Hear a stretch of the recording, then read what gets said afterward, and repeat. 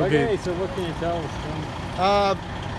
Kelowna Fire Department received a 911 fire on a roof on a structure in the Pandosy area here. Upon our arrival, there was fire on the roof due to some roofers that were putting on a torch on roof. The fire got into the sawdust insulation in the ceiling due to the age of the building.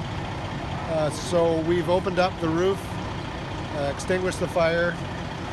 There was one small, what we would call a smoke explosion. It sent one of our members to the hospital. I believe he's in satisfactory condition right now. And right now we're just in the salvage and overhaul stage. There's an apartment up there. Was anybody inside at the time?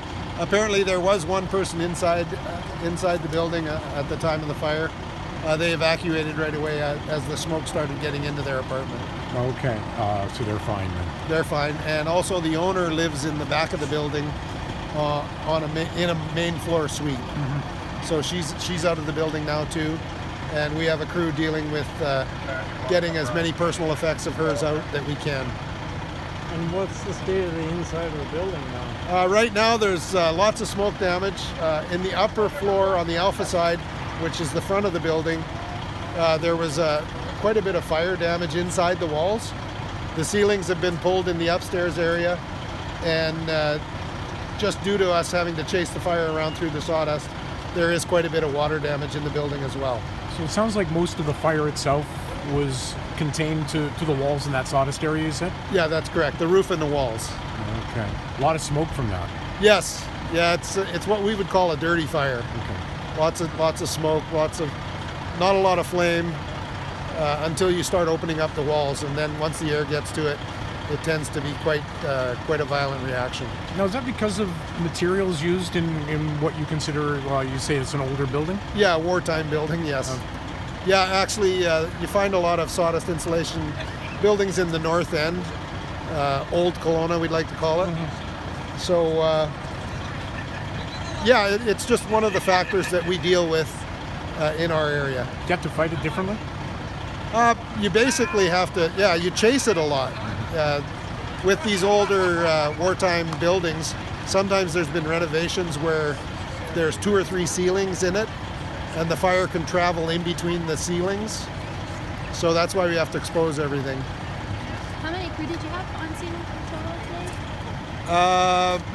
today? Right now we've got 5 engines and 1 ladder truck, 1 rescue truck, and I believe 26 guys. Are there any more problems with the smoke with the surrounding businesses or anything like that? Or OJ's We did evacuate a restaurant to the north of the building, basically because there's one firewall separating the buildings. The smoke started getting pretty aggressive, so we felt it wise just to empty the restaurant. Right now we're shutting down the ventilation in the restaurant, and they're going to be allowed to reopen. And maybe you can talk a little bit about the blowback. What causes something like that? And when you get a dirty fire like this, the combustion isn't complete.